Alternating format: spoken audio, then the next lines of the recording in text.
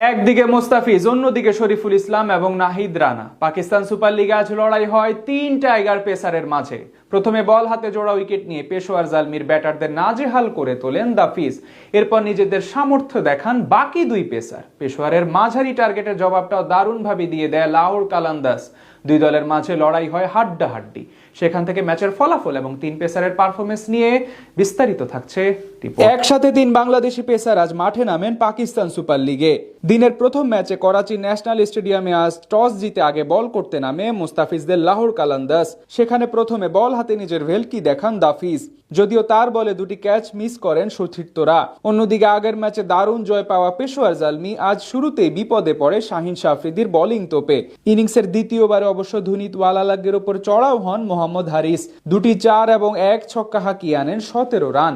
তবে পরের ওভারে শাহিন আফ্রিদির ফুলার লেন্থের ডেলিভারি এক ক্রস ব্যাটে খেলতে গিয়ে সোজা মিড অফে ওসামা মিরের হাতে ক্যাচ দিয়ে বিদায় নেন এই ব্যাটার। এরপর অবশ্য বাবর আজম এবং কুশাল মেন্ডিসের ব্যাটে চড়ে বেশ ভালোভাবে আগাতে থাকে শরীফুল ইসলামদের পেশোয়ার জালমি। ইনিংসের পঞ্চম ওভারে আক্রমণে আসেন মোস্তাফিজুর রহমান। সেই ওভারে কোনো বাউন্ডারি হজম না করে দিয়ে যান কেবল 4 রান। পাওয়ার প্লেতে পেশোয়ারের স্কোর বোর্ডে জমা পড়ে 1 উইকেটের বিনিময়ে 49 রান। সপ্তম ওভারে আবারও বল করতে আসেন মোস্তাফিজ। এবার দারুণ নৈপুণ্য দেখান বাম হাতে এই পেসার।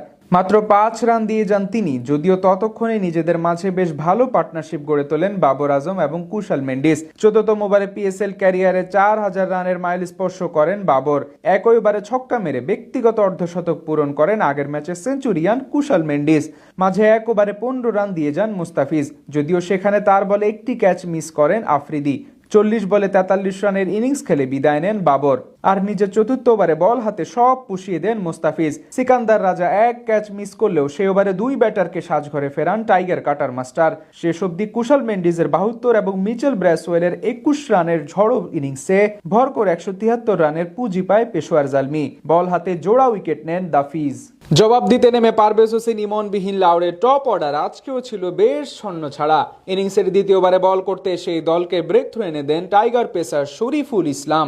তার অফ স্টাম্পের বাইরে এক ক্রস ডেলিভারি উড়িয়ে মারতে গিয়ে মিড অন ফিল্ডারের হাতে ক্যাচ দিয়ে বিদায় নেন ওপেনার মোহাম্মদ নাইম। সেই ওভারে ওই উইকেটের সাথে মাত্র 6 রান দিয়ে যান শরীফুল। সেই ধাক্কা সামলে অবশ্য দারুণ ব্যাট চালাতে থাকেন ফকর জামান এবং আব্দুল্লাহ শফিক। পাওয়ার প্লেতে ধীরে ধীরে আগ্রাসী হতে থাকেন এই দুইজন। চতুর্থ ওভারে শরীফুলকে জোড়া বাউন্ডারি হাঁকান শফিক। তবে তাদের পার্টনারশিপ বেশি দূর যেতে দেননি আরেক বাংলাদেশি পেসার নাহিদ রানা।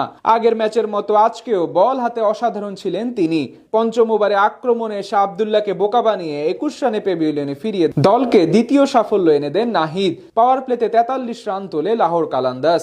এদিকে দারুণ খেলতে থাকা ফকর জামানকে আউট করেন মিচেল ব্র্যাসওয়েল। তার কাছ থেকে আসে 19 বলে 21 রান। এরপরেই যেন উইকেট পড়ার মিছিল তৈরি হয় ফ্র্যাঞ্চাইজিটির মাঝে। একে একে ব্যর্থ হয়ে ফেরত যান হাসিবুল্লাহ খান এবং আসিফ আলী। সিকান্দার রাজা করেন 13 বলে 14 রান। শেষ পর্যন্ত আর তেমন ভাবে প্রতিরোধ গড়ে তুলতে পারেনি লাহোর ফ্র্যাঞ্চাইজি, অর্থাৎ জয় তুলে নেয় পেশোয়ার জালমি।